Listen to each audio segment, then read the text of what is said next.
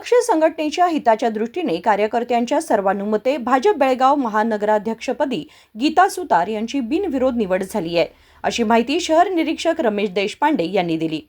रविवारी शहरातील भाजप कार्यालयात आयोजित पत्रकार परिषदेत ते बोलत होते। ते म्हणाले, पुढील 3 वर्षांसाठी महानगराध्यक्ष म्हणून गीता सुतार यांची निवड करण्यात आली असून पक्षाच्या बूथ स्तरावरील आणि विधानसभा क्षेत्रातील नेत्यांनी यासाठी सहमती दर्शवली आहे, असे त्यांनी सांगितले। नमस्कार।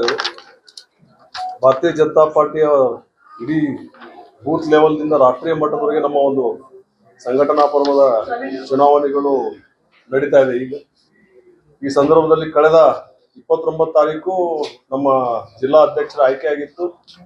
ಅವತ್ತು ಒಂದು ವಿಜೃಂಭಣೆಯಿಂದ ನಾವು ಆ ಜಿಲ್ಲಾಧ್ಯಕ್ಷರ ಆಯ್ಕೆಯನ್ನು ಘೋಷಣೆ ಮಾಡುವಂತ ದೃಷ್ಟಿ ಇಟ್ಟುಕೊಂಡು ಮತ್ತು ಮಂಡಲದ ಬೆಳಗಾವಿ ದಕ್ಷಿಣ ಮತ್ತು ಉತ್ತರದ ಮಂಡಲದ ಅಧ್ಯಕ್ಷರುಗಳನ್ನ ಘೋಷಣೆ ಮಾಡುವವರಿದ್ದು, ದುರ್ದೈವಶಾತ್ ಅವತ್ತು ಪ್ರಯಾಗರಾಜದಲ್ಲಿ ಬೆಳಗಾವಿಯ ನಮ್ಮ 4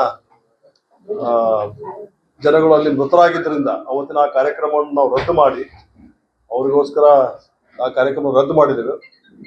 ಇವತ್ತು ನಾನು ತಮ್ಮ ಮುಂದೆ ಬಂದಿದ್ದೇನೆ। ಭಾರತೀಯ ಜನತಾ ಪಾರ್ಟಿಯ ಬೆಳಗಾವಿ ಮಹಾನಗರದ ದಕ್ಷಿಣ ಮತ್ತು ಉತ್ತರ ಮಂಡಲದ ಅಧ್ಯಕ್ಷರನ್ನ ನಮ್ಮ ಕಮಿಟಿಯಲ್ಲಿ ಒಮ್ಮತದ ಮುಖಾಂತರ ಆಯ್ಕೆಯನ್ನು ಮಾಡಲಾಗಿದೆ। ಆ ಆಯ್ಕೆ ಆಗಿರ್ತಕ್ಕಂಥ 2 ಅಭ್ಯರ್ಥಿಗಳ ಹೆಸರನ್ನು ನಾನು ತಮ್ಮ ಮುಂದೆ ಹೇಳ್ತಾ ಇದ್ದೇನೆ। ಬೆಳಗಾವಿ ಉತ್ತರ ಮಂಡಲದಿಂದ ಒಮ್ಮತದ ಅಧ್ಯಕ್ಷರಾಗಿ ಶ್ರೀ ವಿಜಯ ಕೊಡಗಾನೂರಿ ಅವರು ಆಯ್ಕೆಯಾಗಿದ್ದಾರೆ। ಮುಂದಿನ ಅವಧಿಯವರೆಗೆ ಅವರು ಕೆಲಸವನ್ನು ಮಾಡ್ತಾರೆ।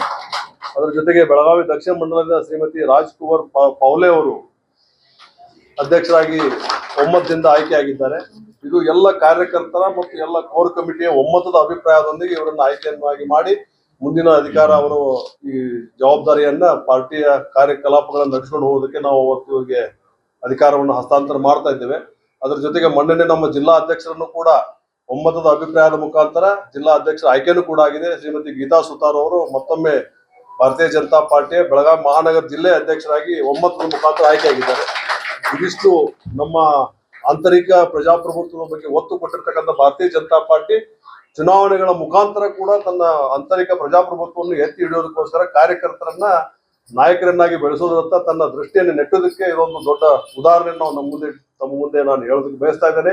ಇಡೀ ರಾಜ್ಯದಲ್ಲಿ ಇವತ್ತು ನಮ್ಮ ಈ ಒಂದು ಚುನಾವಣೆ ಪರ್ವ ನಡೀತಾ ಇದೆ। ಆ ಚುನಾವಣೆಯಲ್ಲಿ ಯಾರ್ಯಾರು ಅಭ್ಯರ್ಥಿಗಳಾಗಿ ಬಂದರೂ ಕೂಡ ಅವರಿಗೆ ಒಮ್ಮತದ ಮುಖಾಂತರ ಇರ್ಬೋದು, ವೋಟಿಂಗ್ ಮುಖಾಂತರ ಇರ್ಬೋದು, ಈ ರೀತಿಯಾಗಿ ನಮ್ಮ ಅಧ್ಯಕ್ಷರುಗಳು ಆಯ್ಕೆಯಾಗಿದ್ದಾರೆ। ಇವತ್ತು ಬೆಳಗಾವಿ ಮಹಾನಗರದಿಂದ ಜಿಲ್ಲಾಧ್ಯಕ್ಷರಾಗಿ ಶ್ರೀಮತಿ ಗೀತಾ ಸುತಾರ್ ಮತ್ತು ಇದೀಗ ತಾನೇ ನಾನು ಆ 2 ಉತ್ತರ ಮತ್ತು ದಕ್ಷಿಣ ಮಂಡಲದ ಹೆಸರುಗಳನ್ನು ಘೋಷಣೆ ಮಾಡಿದ್ದೇನೆ।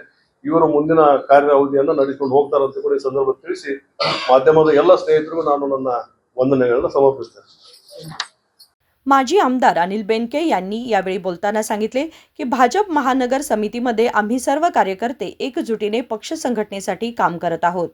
ಹೆಸರು ಅನೌನ್ಸ್ ಮಾಡಿದ್ದಾರೆ।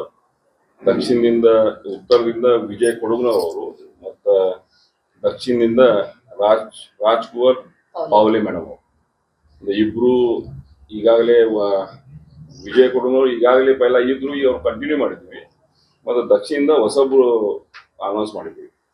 ಈಗಾಗಲೇ ಗೀತಾ ಸುತಾರ್ ಅವರು ಮಹಾನಗರದ ಅಧ್ಯಕ್ಷ ಅಂತ ಅನೌನ್ಸ್ ಮಾಡಿದ್ದಾರೆ। ಅವ್ರಿಗೂ ನಾವು ಎಲ್ಲರೂ ಕೂಡ ಧನ್ಯವಾದ ಅಭಿನಂದನೆ ಸಲ್ಲಿಸ್ತೀವಿ। ಎಲ್ಲರೂ ಕೂಡ ಒಗ್ಗಟ್ಟಾಗಿ ಭಾರतीय जनता पार्टी ಕೆಲಸ ಮಾಡ್ತೀವಿ ಅಂತ ವಿಶ್ವಾಸ ಕೊಡ್ತೀವಿ। यावेळी भाजप नेते मुरगेंद्र गौडा पाटील, गीता सुतार आणि अन्य पदाधिकारी उपस्थित होते। विनोद कोलकार, KMM मराठी, बेळगाव।